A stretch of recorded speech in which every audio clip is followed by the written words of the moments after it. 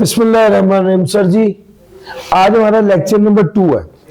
कल हमने lecture number 1 की बात, कल हमने लेक्चर नंबर 1 में हमारी ओरिएंटेशन थी और ओरिएंटेशन के बाद बातों बातों में कुछ सेक्शंस मैंने आपको करवा दिए थे। अगर मुझसे आप डिटेल पूछें कि कौन से सेक्शन सर जी आपने कल करवाए हैं, चूंकि इंशाल्लाह कल मुझे अंदाजा नहीं था कि फौरी तौर पे अगली क्लास लगनी है, तो मैंने उसको इस तरह से प्लान नहीं किया हुआ था। मैं वरना हर क्लास खत्म होने पर जो काम मैं किया करूंगा, मेरी आखिरी स्लाइड होएगी सेक्शन वाइज। यार मैंने आपको जो पढ़ाया है, मैंने आपको 240 इनकम टैक्स ऑर्डिनेंस के सेक्शन पढ़ाने हैं, तो मैं आपको मार्क करा रहा हूं कि भाई कौन कौन से कल के दिन में मैंने आपको सेक्शन 74 पढ़ाया था, जो था टैक्स ईयर्स का। फिर उसके बाद सेक्शन नंबर 9 पढ़ाया था जो टैक्सेबल इनकम था। सेक्शन नंबर 10 पढ़ाया था जो टोटल इनकम था। सेक्शन नंबर 11 पढ़ाया था। फिर सेक्शन नंबर 60 डिडक्टेबल अलाउंसेस वाला याद है, ज़कात, डब्ल्यूडब्ल्यूएफ, डब्ल्यूपीपीएफ, एजुकेशनल, वो सारे पढ़ा दिए थे। फिर सेक्शन नंबर 80 पढ़ाया था पर्सन की डेफिनेशन, जिसमें इंडिविजुअल, यूरोपीय company, federal government, foreign government, professional, sub division of foreign government और पब्लिक इंटरनेशनल ऑर्गेनाइजेशन, वो था। यहां तक मैंने आपको कल पढ़ाए थे। तो ये 1 2 3 4 5 तो 6 सेक्शंस मैंने कल पढ़ाए थे। आज मैंने इससे आगे चलना है, आओ जरा मेरे साथ। अलबत्ता 6 इंपॉर्टेंट डेफिनेशन ऑफ सेक्शन 2 भी मैंने कल पढ़ा दी थी। आज मैंने उससे आगे चलना है। आज है हमारा लेक्चर नंबर 2।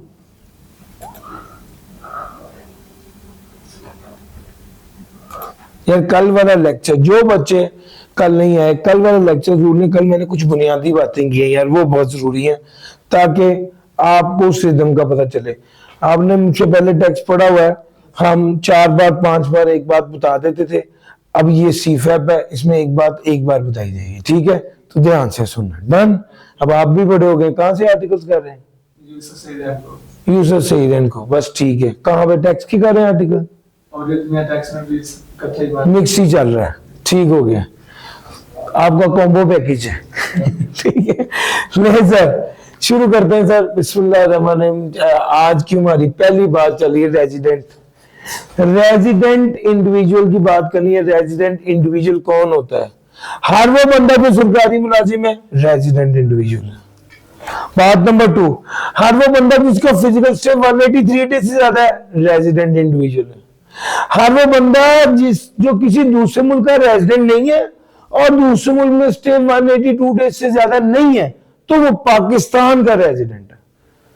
सिटीजन पाकिस्तान का है, ना बाहर का रेजिडेंट है, ना बाहर स्टे किसी एक मुल्क में 182 डेज से ज्यादा है, तो वो बंदा फिर पाकिस्तान का रेजिडेंट होगा। बस ये 3 बातें हैं। वो कहता है ना, ये अमेंडमेंट बेसिकली पाकिस्तान सिटीजन जो ना, वो पाकिस्तानी सिटीजन जो किसी एक मुल्क में 182 डेज से ज्यादा नहीं रहते या किसी एक मुल्क के रेजिडेंट नहीं होते या किसी मुल्क के रेजिडेंट नहीं होते, वो फिर पाकिस्तान के रेजिडेंट होते हैं। ये 182 डेज किसी एक जगह पे रहना भी जरूरी नहीं है, 182 डेज से ज्यादा किसी एक जगह पे रहना भी जरूरी नहीं है, और कॉन्टिन्यूस रहना भी जरूरी नहीं है। मतलब आप तोड़ तोड़ के पाकिस्तान में 182 डेज से ज्यादा रह लें। सर जी, ये वाली बात को मैं शो करने के लिए कुछ इस तरह से डायग्राम बनाता हूं। स्टेप 1 ये होता है सरकारी मुलाजिम, स्टेप 2 ये होता है फिजिकल स्टे 182 डेज से ज्यादा, और स्टेप 3 में अगर पाकिस्तान का सिटीजन है, किसी दूसरे मुल्क का रेजिडेंट नहीं है, किसी दूसरे मुल्क में स्टे 182 डेज से ज्यादा नहीं है, तो रेजिडेंट वरना non resident. Done sir ji. ये अगर बात आपने पढ़ ली तो अब आगे चलना है और रेजिडेंट इंडिविजुअल की बात करनी है। Rule number 40। अब जब आपने ये बात देख ली कि यार ये तो गेम सारी दिनों की है, तो कौन से दिन शामिल होने और कौन से दिन शामिल नहीं होने? उसने कहा सारे दिन शामिल होने हैं सिवाय इन ट्रांजिट के। सारे दिन आप पाकिस्तान में मौजूद हैं, जिंदा हैं, सांसें चल रही हैं, बस ठीक है, ये जरूरी है। बीमार हैं, दफ्तर नहीं गए, घूमने चले गए, दिन का थोड़ा हिस्सा रहे। जिस दिन पाकिस्तान में आए वो दिन 6 घंटे रहे तो भी रेजिडेंट, जिस दिन पाकिस्तान से गए तो भी रेजिडेंट। तो दिन का छोटा हिस्सा भी रहे तो रेजिडेंट, वो सारा दिन रेजिडेंशियल पर्पस के लिए काउंट होगा। सर इसमें मेन बात यह है, अगर आप दिन का कुछ हिस्सा भी रहे तो भी रेजिडेंट, पब्लिक हॉलिडे तो भी रेजिडेंट, डे ऑफ लीज तो भी resident, day that the individual activity in Pakistan is interrupted because of strike, lockout or delay in receipt of supply. Sir ji lockdown हो गया, कोरोना आ गया था, जो बंदा पाकिस्तान में रुका रेजिडेंट हो गया, हॉलिडे रेजिडेंट हो गया, being in transit between two different places outside Pakistan, being in transit between two different places outside Pakistan does not count as a person present in Pakistan. जी सर, ये सारा कुछ क्या बन गया, रेजिडेंट इंडिविजुअल की बात करते हैं। रेजिडेंट इंडिविजुअल की बात कर दी, इसमें वो आगे कहता है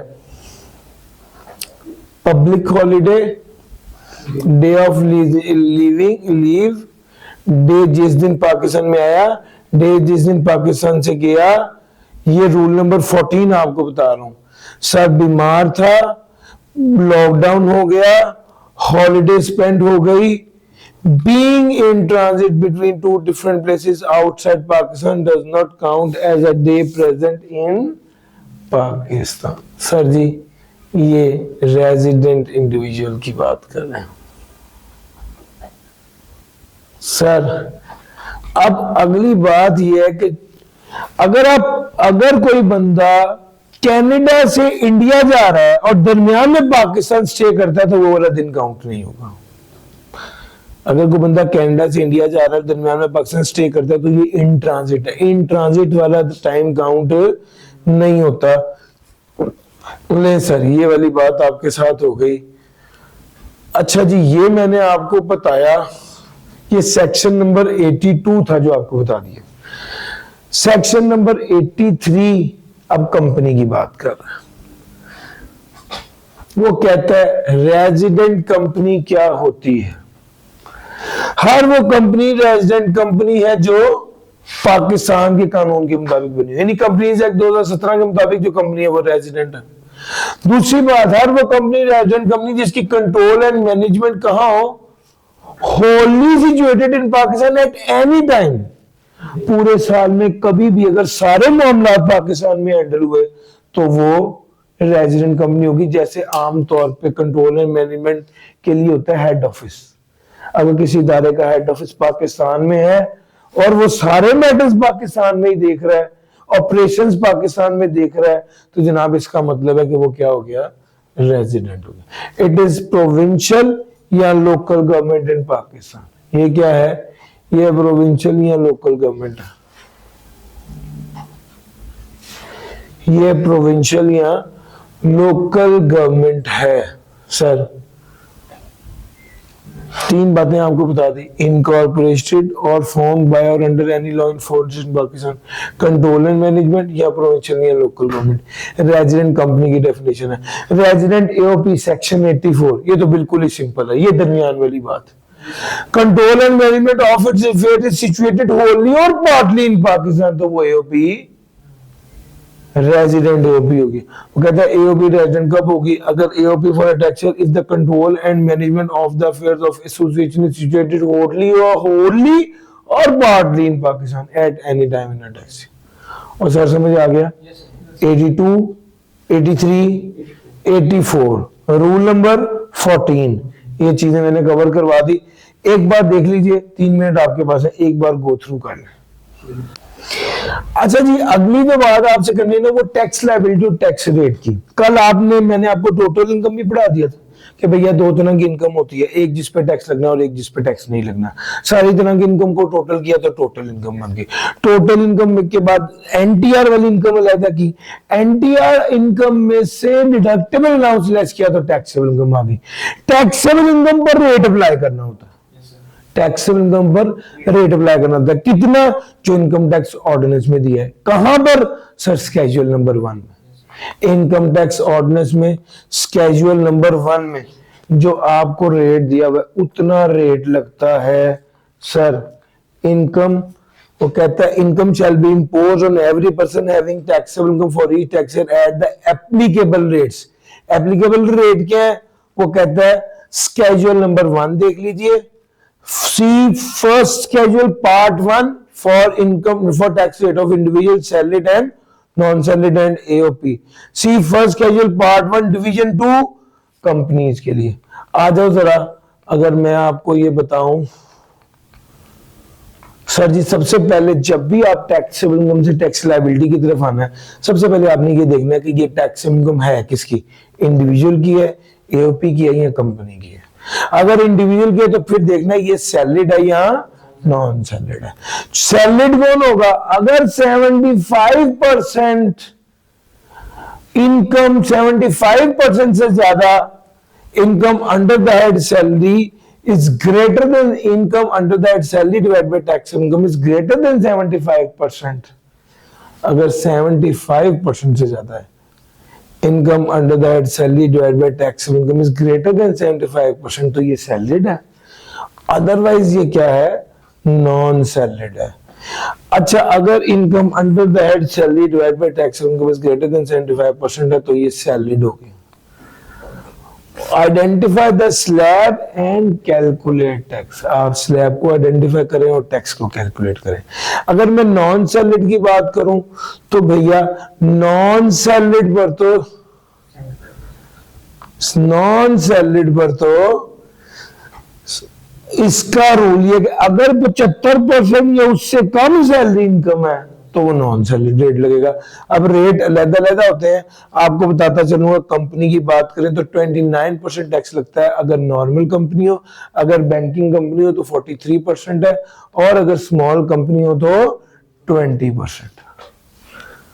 अब यहाँ पे 2-3 बातें जो है इंपॉर्टेंट है।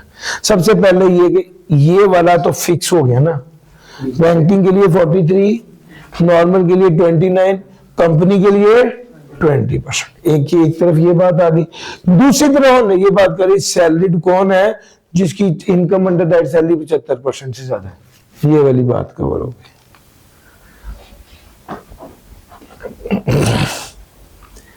Sir ji, taxable income, rate of tax और टैक्सेबल इनकम, सर जी इसको हम देख लेते हैं। ये मैं आपको स्लाइड दिखा रहा हूं, छोड़ें स्लाइड को, हम आपका स्क्रीनशॉट देखते हैं जो आपके ऑर्डिनेंस में भी है, आपके पास जो शीट है।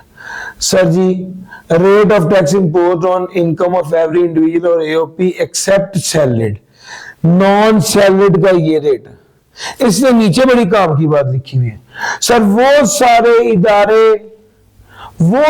इदारे जो एओपी है और कंपनी बनने की इजाजत नहीं है उनको, जैसे आपकी ऑडिट फर्म है, कंपनी के तौर पर रजिस्टर नहीं हो सकती, लॉ फर्म कंपनी के तौर पर रजिस्टर नहीं हो सकती, उन पर मैक्सिमम रेट 45% नहीं होगा बल्कि 40% होगा। तो आप ये बात कर सकते हैं कि where taxable income exceed 5.6 million, तो यहां पर 45 की बजाय क्या कर रहे हैं, 40% कर रहे हैं। ये सर उसने ये बात लिखी भी हुई है। ऐसी एओपी जिनको प्रोफेशन ने रोक दिया है, वो सर समझ आ रहा है? नहीं सर।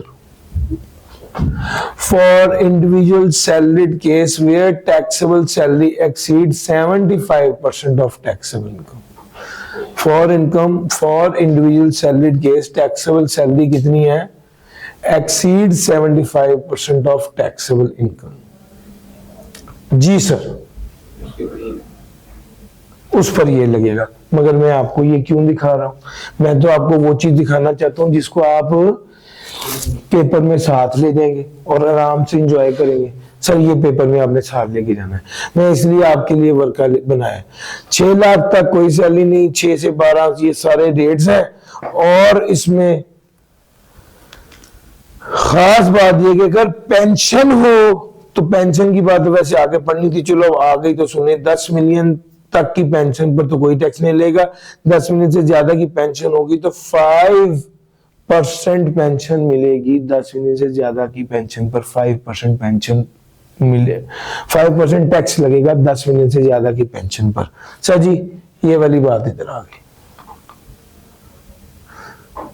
बैंकिंग कंपनी, अब मैंने आपको रेट बैंकिंग कंपनी का 43, स्मॉल कंपनी का 20, अदर कंपनी का 29, आम कंपनी का 29 है, बैंकिंग का 43 है, स्मॉल कंपनी का 20 है। अब एक सिल में सवाल पैदा हो रहा है कि सर ये स्मॉल कंपनी किस चिड़िया का नाम है?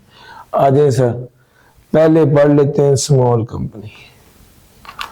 ये सर ये भी मैंने उसका एक्सट्रैक्ट लगा दिया है, उसका एक्सट्रैक्ट लगा दिया आपके। डिवीजन 2 है, स्केड्यूल 1 है, डिवीजन 2 है, बैंकिंग कंपनी 26 के लिए 43 है और उसके लिए कम 1% कम होना है। स्मॉल कंपनी के लिए 20 है, अदर कंपनीज के लिए 29। ठीक हो गया सर? और मेरे साथ अब मैंने चलना है, स्मॉल कंपनी भी बता दूं, जिंदगी का कोई पता नहीं है यार। स्मॉल कंपनी भी बता दूं, नहीं यार ये नहीं होना चाहिए था।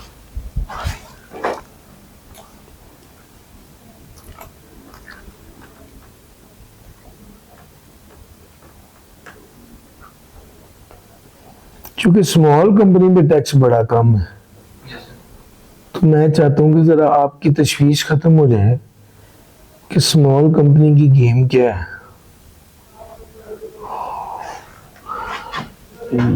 यार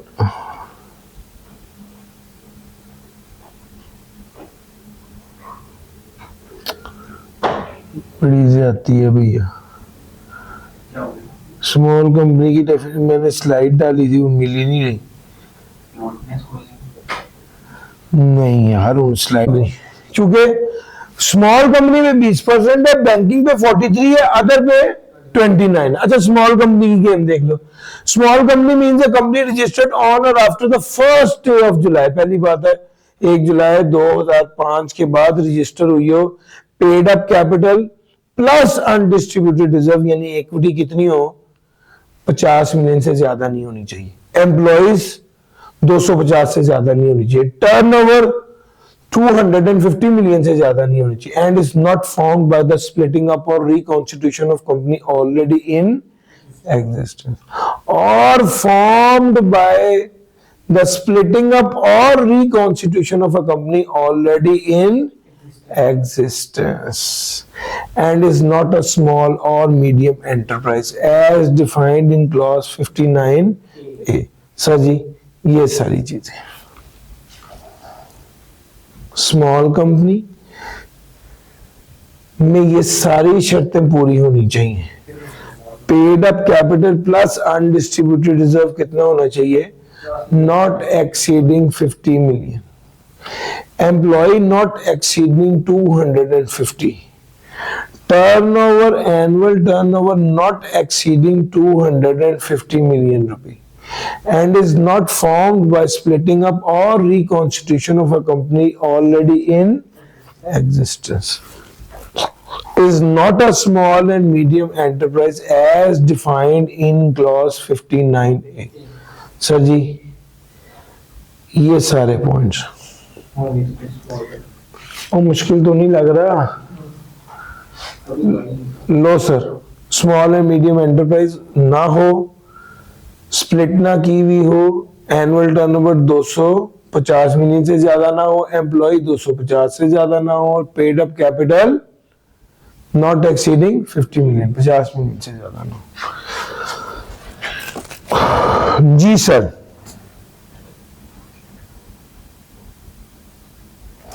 मैं वापस चला जाऊं अपनी स्लाइड्स की तरफ। यस,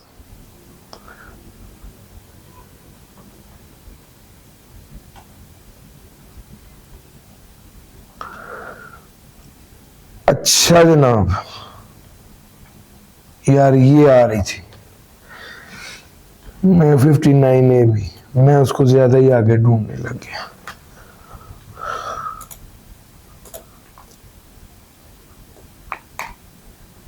सर जी हाई अर्नर सरचार्ज की नई वैरायटी आई है। वो क्या कहता है, सैलरीड पर्सन की इनकम 10 मिलियन से ज्यादा होगी तो कितना सरचार्ज होगा, 9%। नॉन सैलरीड पर्सन की टैक्सेबल इनकम 10 मिलियन से ज्यादा होगी तो कितना सरचार्ज होगा, 10%। अब सवाल ये कि ये 9% और 10% किसका है? जो टैक्सेबल इनकम अगर 10 मिलियन से ज्यादा है तो उस पर जो टैक्स लायबिलिटी निकलेगी उसका 10% इजाफी लेंगे। या जो टैक्सेबल इनकम अगर 10 मिलियन से ज्यादा है तो जो टैक्स लायबिलिटी सैलरी की निकलेगी वो जितनी सैलरी की टैक्स लायबिलिटी निकलेगी उसका 9% इजाफी लेंगे। और सर समझ आ गया? तो ये 9-10% किसका है ये भी तो काम देखना है ना। 9% of the gross tax liability. अब इसमें अगली बात है, उस टैक्स लायबिलिटी में से टैक्स क्रेडिट लेस करना है? नहीं, रेट अप्लाई करने पर जो लायबिलिटी आ रही है उसका 9%। अब एक बात और सुनो, एक बात और सुनो, यानी इसका मतलब ये है कि नहीं सर, एक छोटी सी वर्किंग है, आपको करवाता हूं, जरा इधर आ जाए मेरे साथ। सर जी आपके पास कैलकुलेटर सिस्टम आपके पास है, मुझे बस ये बता दें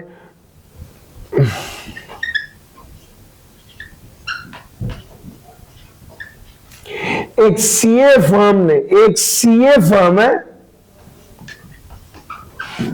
इसने इनकम कमाई है 21.05 मिलियन, इसका टैक्स पेएबल कितना निकलेगा जी बताना है आपने।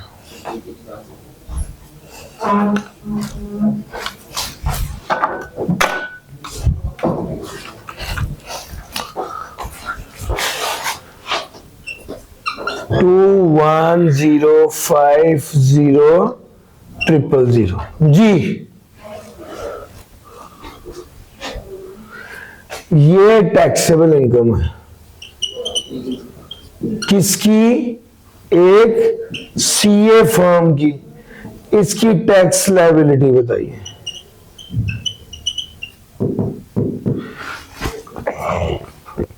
जी सर जी,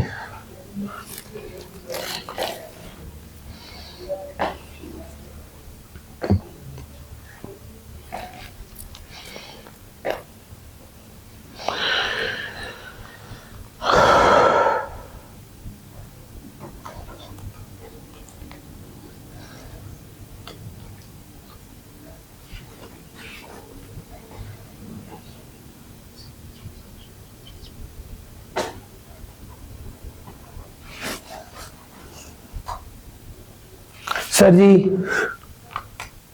आ जाए जरा, बताऊं या कुछ बताएंगे? 7790। एक भाई ने कहा है 7790,000। एक भाई ने कहा ये। अच्छा हम इसको देख लेते हैं। सर जी मुझे आप बताइए कि अगर एक एओपी हो जिसके लिए लॉ कह दे कि कंपनी बनाने की इजाजत नहीं है तो उसका मैक्सिमम रेट कितना होगा? 40%।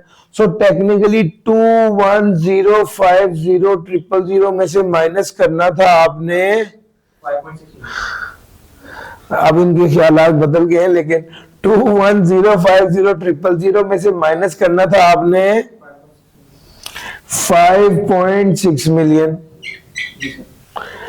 और इसका कितने परसेंट लगना था? 40%, और इसमें प्लस क्या करना था? 1,610,000। ऐसा ही है ना जी? सर मुझे बताइएगा आंसर।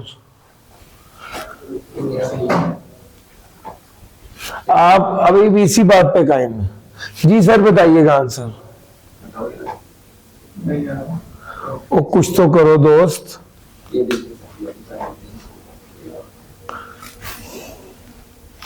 सिर्फ आंसर बता दो।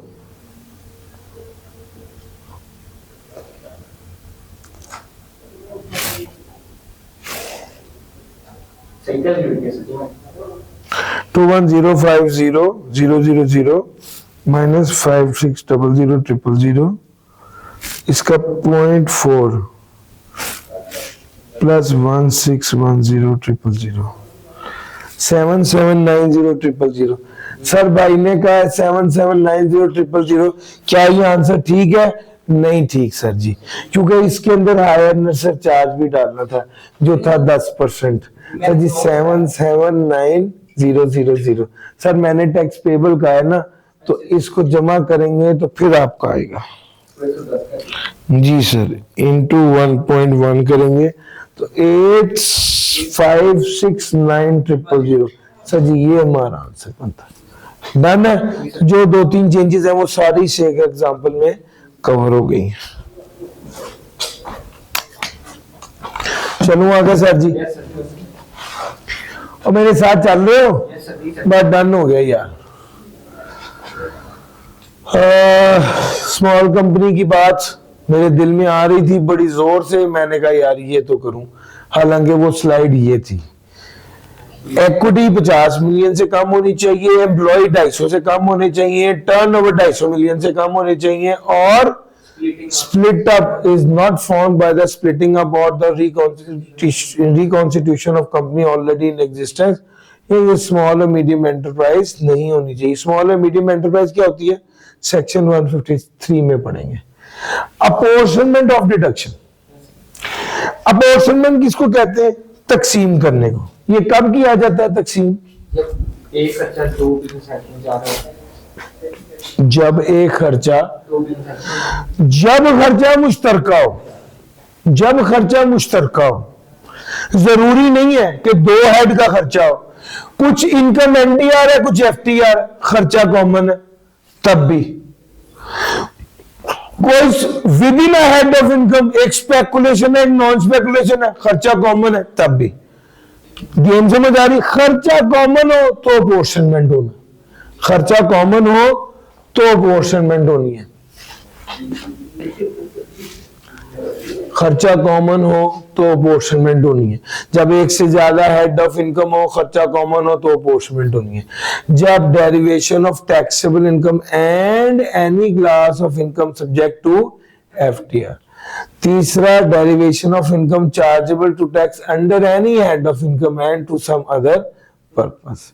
Sir, the expenditure deduction and allowance shall be apportioned on any reasonable basis, taking account of relative nature and size of activity to which the amount relates। Expenditure, deduction and allowances shall be apportioned। इसको क्या कर दिया जाएगा? तकसीम कर दिया जाएगा। On any reasonable basis, reasonable basis पर तकसीम कर दिया जाएगा। Taking account of relative nature and size of activity to which the amount relate। Sir ji वो कहता है भैया अपोर्शनमेंट, तब अपोर्शनमेंट करते हुए नेचर और साइज जरूर देखेंगे। सर जी ये अपोर्शनमेंट हमने कॉस्टिंग में भी पढ़ी हुई है कि आप कॉमन एक्सपेंस को कभी फ्लोर बेसिस पर अपोर्शन करते हैं, कभी किसी और, कभी नंबर ऑफ स्टूडेंट्स की बेस पर अपोर्शन कर देते हैं, कभी फ्लोर एरिया पर अपोर्शन कर देते हैं।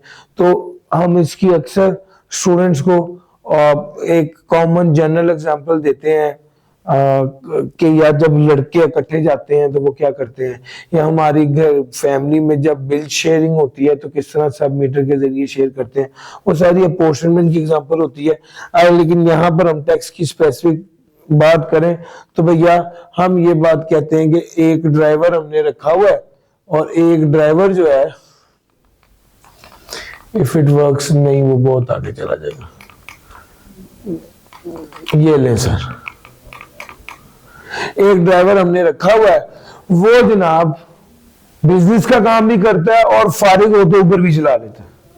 अब अगर बिजनेस का काम करेगा तो वो इनकम फ्रॉम बिजनेस में से उसकी तनख्वाह 30,000 है, तो जितने परसेंट वो बिजनेस का काम कर रहा है उतने परसेंट तनख्वाह बिजनेस में से माइनस होगी, जितने परसेंट वो अदर सोर्स का काम कर रहा है उतने परसेंट तनख्वाह अदर सोर्स में से माइनस होगी। लेकिन अगर ये चीज क्लियरली एलोकेट ना की जा सके तो फिर हम अपोर्शन कर देते हैं। किस बेस पर? रेवेन्यू की बेस पर अपोर्शन कर देते हैं।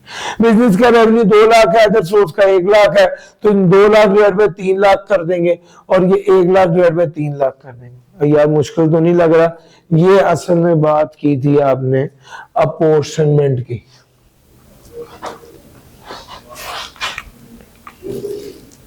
अपोर्शनमेंट की बात अगर आपकी समझ में आ गई तो अब हम चाहते हैं आगे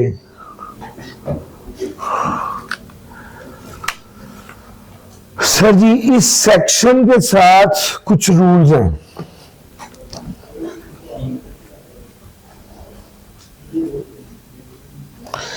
इस सेक्शन के साथ कुछ रूल्स हैं। दूसरा वाला पॉइंट है कि एक खर्चा जो एनपीआर में भी जा रहा है, टीआर में जा रहा है, तो इसकी थोड़ी एग्जांपल। सर जी, आपकी कंपनी है वो एक्सपोर्ट भी कर रही है और लोकल सप्लाई भी कर रही है, ठीक है। अकाउंटेंट तनख्वाह का मुश्तरका ले रहा है, ऐसी हो जाता है सर।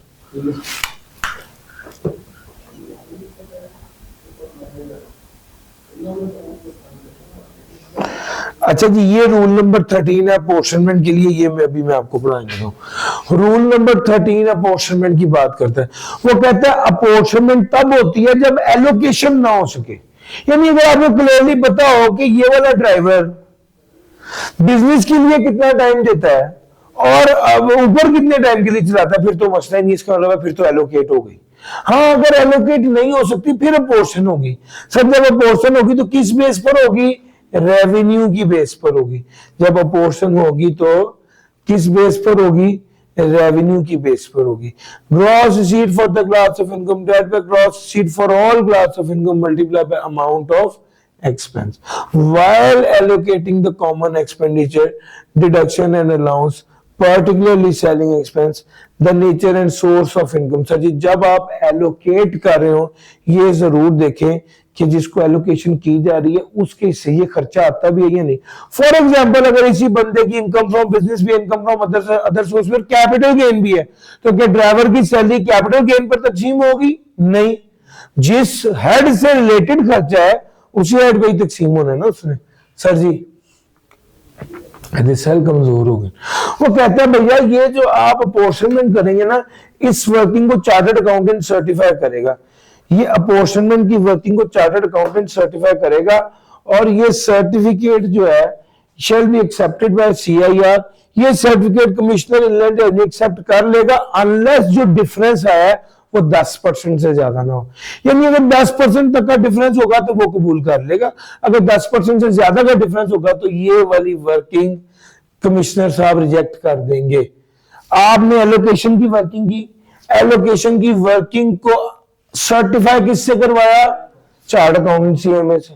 और वो सर्टिफाई होने के बाद certificate shall be accepted by CIR unless there is a significant variation from allocation under the rule. वो कहते हैं ये सर्टिफिकेट एक्सेप्ट कर लेगा कमिश्नर इनलैंड रेवेन्यू, और वो कहते हैं अनलेस कोई सिग्निफिकेंट वेरिएशन आए,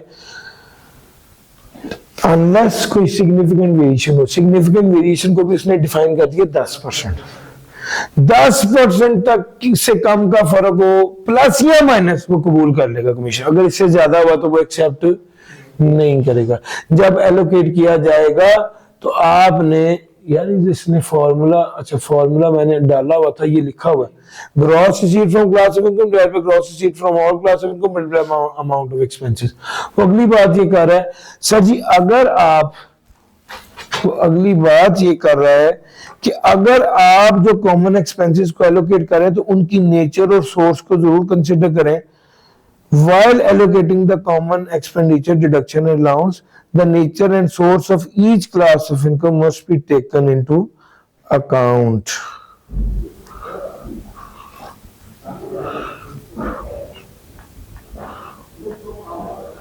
सर जी, उसने ये वाली बात कर दी। दिस वाज सेक्शन नंबर, ये रूल में पढ़ा रहा था, रूल नंबर 13 सेक्शन नंबर 68 को मैंने मिलाकर 67 सेक्शन था प्लस रूल नंबर 13, ये मैंने आपको जोड़ के करवा दिया है। इसकी लिंकिंग भी असल गेम है, वो आपके ज़हन में होनी चाहिए। Fair market value section 68। Fair market value क्या होगी? वो वैल्यू जिस पर कोई चीज मार्केट में बिक जाए वो फेयर मार्केट वैल्यू होगी। लेकिन टैक्स वाले कहते हैं जब फेयर मार्केट वैल्यू को डिटरमिन करो, जब फेयर मार्केट वैल्यू को डिटरमिन करो तो इस फैक्टर को कंसीडर ना करो कि रिस्ट्रिक्शन ऑन ट्रांसफर है, और इस फैक्टर को भी कंसीडर ना करो कि ये कन्वर्टेबल इनटू कैश नहीं है। Where the price referred above cannot be determined ordinarily, अगर जो प्राइस रेफर्ड अबव है वो ऑर्डिनरीली डिटरमिन नहीं हो सकती तो वो डिटरमिन करेगा fair market value of the immovable property of the area. वो कहता है अगर price referred above can not be determined ordinarily, Price referred above cannot be determined ordinarily. The board may determine fair market value of the immovable property of the area. Board determine करेगा. अगर price नहीं determine हो पा रही तो board determine करेगा immovable property की value. Sir आगे आ गया, where the fair market value of immovable property of area has not been determined by the board. पहली तो बात है, अगर आपसे डिटरमिन नहीं हो रही immovable प्रॉपर्टी की वैल्यू तो बोर्ड करेगा, और अगर बोर्ड से भी डिटरमिन नहीं हो रही तो वो कहता है डिस्ट्रिक्ट कोर्ट या प्रोविजनल और अदर अथॉरिटी करेगी, जो के स्टैम्प पेपर के लिए जरूरी होती है. यानी स्टाम्प, इसको कहते हैं डीसी रेट. अगर वैल्यू आप डिटरमिन करेंगे, फेयर मार्केट की वैल्यू आपने डिटरमिन ना की तो बोर्ड करेगा, बोर्ड से भी डिटरमिन ना हुई तो फिर कौन करेगा? डिस्ट्रिक्ट ऑफिसर, प्रोविंशियल और एनी अदर अथॉरिटी करेगा. Where the price referred above cannot be determined ordinarily, commissioner may determine fair market value of all other properties other than immovable property. हाँ, immovable property के बारे में भी उसने कहा, immovable property के बारे में उसने क्या कहा? बोर्ड करेगा. और अदर देन immovable property उसने क्या कहा? कौन करेगा? कमिश्नर. ये चीज नोटेबल है सर. और सर समझ आ रही है? सेक्शन नंबर 68, अगर इमूवेबल प्रॉपर्टी होगी तो consideration received in case of immovable property को हम देखेंगे अंडर सेक्शन 37, और अगर आप consideration for the calculation of advance tax होगी तो इसको देखेंगे under section 236C. Value of immovable property for the calculation of advance tax under section 236K. Valuation for purpose of section 111 shall not be less than fair market value determined through the principle of this section.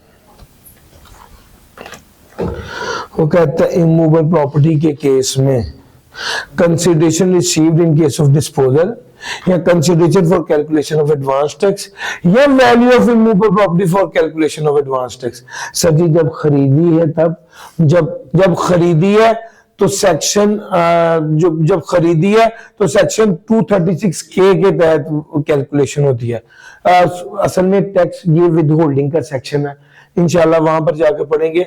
मगर ये कि 236 के तहत जब आपने advance tax की calculation करनी होती है खरीदते वक्त, या बेचते वक्त जब आपने एडवांस टैक्स की कैलकुलेशन करनी होती है 236C के अकॉर्डिंगली, तो वो कहता है कि वैल्यूएशन ऑफ द प्रॉपर्टी, या आपने प्रॉपर्टी की वैल्यू करनी है अंडर सेक्शन 111, तीनों के तहत आपने प्रॉपर्टी की वैल्यू करनी है तो वो वैल्यू फेयर मार्केट वैल्यू से कम नहीं होगी. सर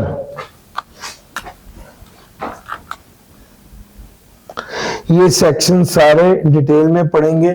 236C जब आपने प्रॉपर्टी बेची तब का है, और 236K जब खरीदी तब का है, और सेक्शन 111 और जब कंसिडरेशन रिसीव की कैपिटल एसेट पर सेक्शन 37, ये सारे की बात कर रहे हैं. Sir section 67 rule number 3 section 68 जल्दी से इसको देख लीजिए, फिर मैं आगे चलता हूं. अच्छा जनाब, सेक्शन नंबर 68 भी हो गया हमारा. 67 रूल नंबर 13 68 ये साइड पे कर दिए. रिसीट ऑफ इनकम क्या समझा जाएगा? कब पैसे मैंने वसूल कर लिए? जब मैंने एक्चुअली पैसे वसूल कर लिए, जब मेरे कहने पर किसी दूसरे को पैसे दे दिए गए, जब मुझे पैसे अवेलेबल कर दिए गए कि भाई आके ले जाओ, समझा जाएगा मैंने पैसे वसूल कर लिए. तीन बातें कही हैं उसने, एक्चुअली रिसीव्ड, अप्लाइड, मैंने कहा आपको, आपने मुझे पैसे दे दिए, मैंने आपको कहा मिस्टर जी को दे दो, आपने मिस्टर जी को दे दिए, समझा जाएगा मैंने वसूल कर ली. तीसरा made available to the person, जब आपने फोन करके दिया भाई आपकी पेमेंट रेडी आके ले जाओ, समझ आएगा मैंने पैसे वसूल कर लिए. इसमें एक चौथी बात भी है, वो ये है कि जब मुझे 100 रुपए रिसीव होना था और 4% टैक्स कटने के बाद 96 वसूल हुआ है, तो क्या समझा जाएगा मैंने रिसीव कितने किए? 96 या 100? इसका जवाब है कि मैंने 100 रिसीव किए। क्यों? क्योंकि अगर वो अप्लाइड ऑन या अप्लाइड अंडर एनी लॉ है तो समझा जाएगा वो भी मैंने वसूल किए हैं। किसी कानून के तहत जो पैसे कटते हैं वो समझा जाएगा मैंने वसूल किए हैं। अगर एसबीआई वालों ने मुझे सैलरी दी है 100 रुपए, मुझे 90 रुपए वसूल हुए, 10 रुपए का टैक्स एफबीआई को दिया है, तो एसबीआई कहेगा हमने 100 रुपए दिए अली इमरान को, और अली इमरान के बारे में समझा जाएगा कि अली इमरान ने 100 रुपए वसूल किए हैं। यार मेरा पॉइंट समझ आए? क्योंकि अंडर लॉ अगर टैक्स कटा है तो समझा जाएगा वो पैसे मैंने वसूल किए हैं। रिकॉप्ड एक्सपेंसेस, ये छोटे छोटे सेक्शन है, मैंने कहा यार ये तो करवा दो। रिकॉप्ड और ये बुनियादी अंडरस्टैंडिंग क्या है? रिकॉप्ड कहते हैं पैसे रिकवर करना। मैंने वो खर्चा किया, मैंने कोई खर्चा किया 2024 में 1 लाख रुपए की परचेजेस की और वो एज डिडक्शन लाओ थी। 2025 में ये परचेजेस वापस कर दी, पैसे वापस वसूल कर लिए, तो 2024 में डिडक्शन अलाउ की थी, 2025 में पैसे वापस ले लिए, तो जनाब आप दोबारा इनकम में इसको ऐड कर लेंगे। जिस साल पैसे रिकवर किए हैं उस साल वो इनकम में शामिल हो जाएगा। अगर जिस साल पैसे पे किए थे उस साल इनकम में से माइनस हो चुका था, इसको कहते हैं रिकॉप्ड। इसी तरह उसने एक एग्जांपल दी, उसने बैंक की एग्जांपल दी है। वो कहता है भाईजान जरूरी नहीं है कि कैश रिकवर किया है, अगर आपने उसके कोई बाइक भी उठा ली है कि यार मैंने आपसे लाख रुपए की चीजें खरीदी थी, आपको सामान वापस भेज दिए, पैसे दो, उसने पैसे नहीं दिए, आप उसकी बाइक उठा के ले आए, तो ये भी रिकवरी होगी। इसको कहते हैं रिकवर इन काइंड। ये रिकवर इन कैश हुआ है या रिकवर इन काइंड हुआ है, दोनों केसेस में समझा जाएगा कि इनकम आपने वसूल कर ली है, वो पैसे रिकवर हो गए। सर उसने एक एग्जांपल दी हुई है, वो कहते हैं बैंक ने आपको प्रॉफिट ऑन डेट चार्ज किया था, आपने बैंक से कह दिया, आपने बैंक से लोन लिया हुआ था ना, तो बैंक ने आपसे प्रॉफिट ऑन डेट लेना था। अच्छा आपके पास हालात खराब हो गए, आपने बैंक को कहा जी मुझे माफ कर दो, बैंक ने आपको लोन वेव कर दिया। अब जिस साल बैंक आपके लिए पेबल था उस साल आप एक्सपेंस बुक कर चुके थे, जिस साल बैंक ने वेव किया उस साल आप ये समझेंगे एक्सपेंस रिकॉप हो गया, दोबारा अपनी इनकम में बुक कर लेंगे। खर्चा तो एक्चुअल में आपने नहीं ना किया, आपने खर्चा बुक किया, अपनी इनकम को कम किया, एक्चुअल में खर्चा तो किया ही नहीं, तो जब वो रिवर्स हुआ तो आप दोबारा इनकम बुक कर लेंगे। सब बराबर, सर समझ आ रहा है? पहले इनकम में से माइनस किया तब दोबारा इनकम, वो कहता है वेव ऑफ कर दिया अगर बैंक ने वो वाला प्रॉफिट ऑन डेट जो आप पिछले सालों में डिडक्शन के तौर पे अलाउ हो चुका है आपको, तो अब आपको अगर वो वेव हो गया तो दोबारा इनकम में रिकॉर्ड कर लेंगे। सर टैक्स वाले कहते हैं करेंसी क्या होती है? पीकेआर। टैक्सेबल इनकम डॉलर में हो सकती है, पाउंड में नहीं हो सकती। किसमें होगी? पीकेआर में। टैक्स लायबिलिटी पीकेआर में, टैक्स पेबल पीकेआर में, टैक्स डिडक्शन सर जी टैक्स का सारा हिसाब पीकेआर में चलता है। सर जी ना डॉलर ना येन, सिर्फ पीकेआर। सवाल एक पैदा होता है कि सर अगर किसी बंदे ने इंपोर्ट कर ही लिया तो क्या होगा? वो कहता है आप उसको पीकेआर में कन्वर्ट करें। किस दिन? किस रेट पर? स्टेट बैंक के रेट पर। किस दिन के रेट पर? जिस दिन आपने उसे अकाउंट फॉर किया है उस दिन के रेट पर। सेक्शन 71 वो कहता है डॉलर यूरो नहीं चलेगा, सिर्फ पीकेआर चलेगा। Cessation of source of income. Cessation किसको कहते हैं? सीज से निकला है सेसेशन, सीज से निकला है सेसेशन। सेसेशन का मतलब क्या होता है? हेड ऑफ इनकम को सीज करना। मैं इसकी एग्जांपल हमेशा ऐसे देता हूं कि भाई एक अली इमरान पढ़ा रहा था, अगले साल अली इमरान ने अपना कारोबार शुरू कर दिया, आपका head of income salary cease हो गया और अब आपका हेड ऑफ इनकम बिजनेस चल रहा है। अगले साल एसबीआई वालों ने मुझे बुलाया कि यार आपने पिछले साल बहुत अच्छा पढ़ाया था, ये ले 5 लाख रुपए इनाम ले लें। अब एसबीआई वालों ने जो मुझे 5 लाख का इनाम दिया वो मेरी इनकम फ्रॉम सैलरी के हेड में ऐसे टैक्स होगा जैसे वो हेड ऑफ इनकम कभी सीज हुआ ही नहीं था। ये गेम समझ गए सर। इसी तरह सेम गोज विद, अगर आपने कारोबार को आग लगी थी, कारोबार बंद हो गया, इंश्योरेंस वालों ने आपको अगले साल पैसे दिए तो वो आपकी इनकम में ऐसे टैक्स होंगे जैसे वो हेड ऑफ इनकम कभी सीज हुआ ही नहीं था। सब sir ji section number 72 cessation of head of income. Sir ji section number 73 sir ji वो कहता है या रिसीवेबल बेस पर इनकम बुक करो या रिसीट बेस पर इनकम बुक करो, या पेबल बेस पर एक्सपेंस बुक करो या पेड बेस पर एक्सपेंस बुक करो। और मेरा पॉइंट समझ आ रहा है? तो भैया रिसीवेबल बेस पर इनकम बुक कर रहे हो तो जब एक्चुअल रिसीव हो तो दोबारा बुक ना, ऐसा ना हो कि डबल 2 बार इनकम बुक कर दो। पेबल बेस पर एक्सपेंस इनकम में से माइनस कर रहे हो तो जब एक्चुअल पे करो तो दोबारा माइनस ना कर देना। पॉइंट समझ आ रहा है सर? इसको कहते हैं prevention of double derivation and double deduction. Sir ji मैंने आपको छोटे छोटे 69, 70, 71, 72, 73 जल्दी से पढ़ लो, 3 मिनट आपके पास। ऑनलाइन वालों आप लोगों ने भी इसी तरह ही जिस तरह फिजिकल क्लास में सारे बच्चे अपना पढ़ रहे हैं, ऑनलाइन वालों ने भी पॉज करना है और ये सेक्शन साथ के साथ पढ़ने हैं। ठीक हो गया? प्रॉब्लम आए उसी वक्त ही साथ व्हाट्सएप कर दे। जज़ाकल्लाह। सर जी डिसीज इंडिविजुअल क्या है? एक बंदा था पैसे कमा रहा था, 9 माह पैसे कमाए, फोर्थ हो गया। उसने जो 9 माह पैसे कमाए उसकी इनकम पे टैक्स लगेगा? लगेगा। कौन देगा? उसका लीगल रिप्रेजेंटेटिव देगा। सर जी अब उस बंदे की कुल जायदाद थी 8 लाख रुपए और उसका टैक्स था 9 लाख रुपए, तो लीगल रिप्रेजेंटेटिव क्या 9 लाख रुपए 1 लाख अपनी जेब से डाल के देगा? तो इसका जवाब है लीगल रिप्रेजेंटेटिव लायबल होता है कि वो पे करे डिसीज पर्सन का tax to the extent of the estate, उसकी जायदाद तक। ऊपर वाले 1 लाख रुपए के लिए वो पर्सनली लायबल नहीं होगा। सर यही बात वो कह रहा है।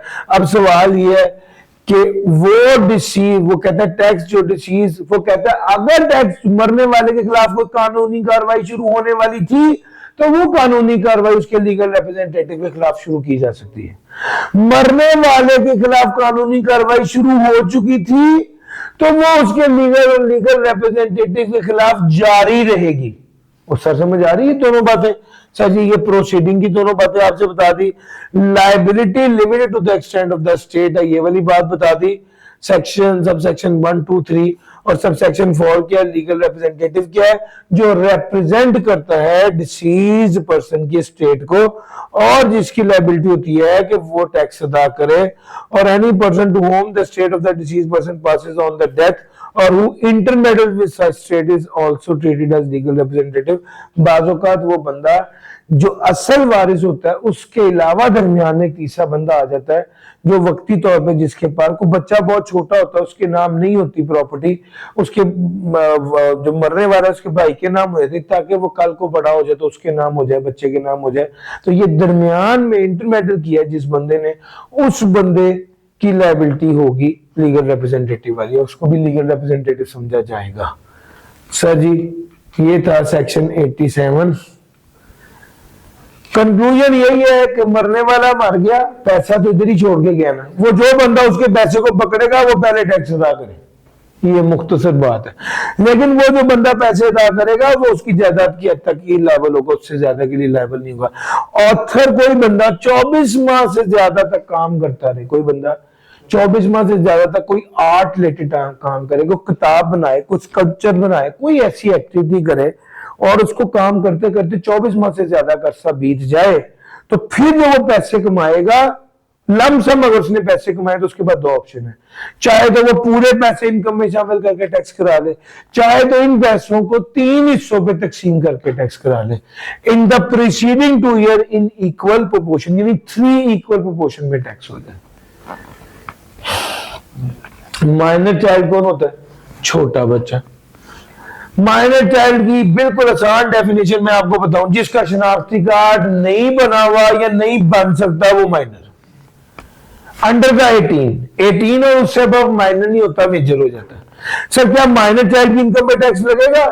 The answer is yes. किस तरह? वो माइनर चाइल्ड की इनकम माँ या बाप जो जिसकी इनकम ज्यादा है उसकी इनकम में शामिल होकर उस पर टैक्स हो जाएगी। माँ या बाप जिसकी इनकम ज्यादा है उस माइनर चाइल्ड की इनकम उस पेरेंट की इनकम में शामिल होकर टैक्स हो जाएगी। और ये वाला रूल अप्लाई नहीं होगा किसी हाँ अच्छा, ये वाला रूल अप्लाई नहीं होगा income of a minor child पर जिसने एक्वायर किया minor child from a business acquired by the child through inheritance. अगर किसी बच्चे को विरासत में कोई बिजनेस मिला है तो उस पर ये वाला रूल अप्लाई नहीं होगा। Sir ji principle of taxation of individual, वो कहता है taxable income of each individual shall be determined separately subject to income tax ordinance 2001। Sir ji हर इंडिविजुअल, 2-4 इंडिविजुअल मिलकर भी काम कर रहे हैं तो वो तो हो गई एओपी, लेकिन अगर 4 लोग अलग-अलग अपना अपना काम करें तो सर वो अलग-अलग अपनी इनकम पे टैक्स देंगे इनकम टैक्स ऑर्डिनेंस के तहत। ये सेक्शन नंबर 86 था। मैंने आपको बातों बातों में सेक्शन 89 भी करवा दिया, 87 करवाया, 89 करवाया, 91 करवाया, 86 करवाया। सर यहां पर आज मैं अपनी बात आज के दिन की बात रोक रहा हूं। सर जरा एक बार हम देखते हैं कहां तक चले, कहां तक पड़ा। 88 भी आ रहा था लेकिन मैंने वो भी कराया नहीं।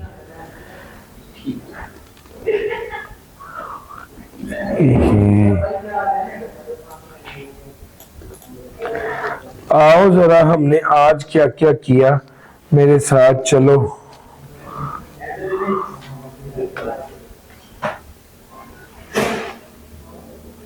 जी 82 हो गया, रूल 14 हो गया, 83, 84, सेक्शन नंबर 4 रिमेनिंग पार्ट बाद में करेंगे, कुछ हिस्सा भी किया है। हाई अर्नर से चार्ज वाली बात भी कर ली, सेक्शन 67 भी कर लिया, रूल नंबर 13 भी कर लिया। अच्छा जी सेक्शन 237 ये अभी नहीं किया मैंने, इस पर स्टार लगा देते।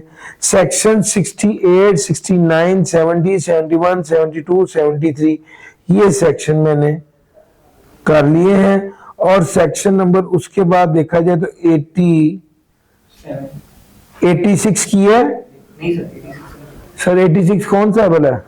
86 करा दिया मैंने।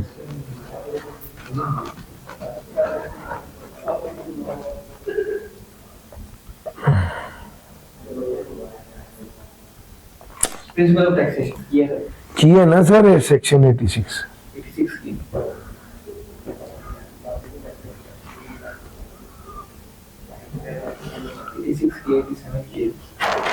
सर जी 88 सेक्शन हमने नहीं किया, 86 किया है, 87 किया है, 89 भी किया है,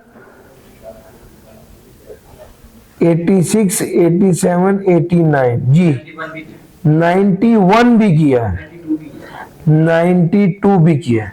तो बुनियादी तौर पे इसमें जो पेंडिंग रह गया वो 88 रह गया और 90 रह गया। यस 90 ट्रांसफर का है, 88, 90 ये 2 सेक्शंस रह गए। इंशाल्लाह ये कल करवाता हूं,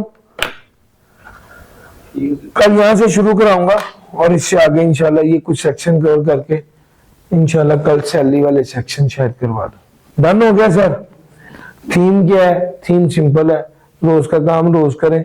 चाहते हुए मैं आपको समरी बता दूंगा भैया ये देखो ये वाले सेक्शन हो गए। आज बातों बातों में हमने 1, 2, 3, 4, 5, 6, 7, 8, 9, 10, 11, 12, 13, 14, 15, 16, 17, 18 तकरीबन 18 सेक्शंस और 2 रूल्स हमने डिस्कस किए हैं। सर छोटे छोटे सेक्शंस थे बिल्कुल, शुरू की क्लासेस हैं तो मैं चारों की एक बार आप रिदम में आ जाए। ऐसा भी होगा शायद कभी कि हम सिर्फ 4 सेक्शन ही कर रहे हों जो बड़े होंगे, बट स्टिल मैं समझता हूँ कि इसको बहुत अच्छे से करना चाहिए। जितना करा रहा हूँ साथ साथ करते जाइए। आज के लिए इतना ही था। थैंक यू जी, अल्लाह हाफिज।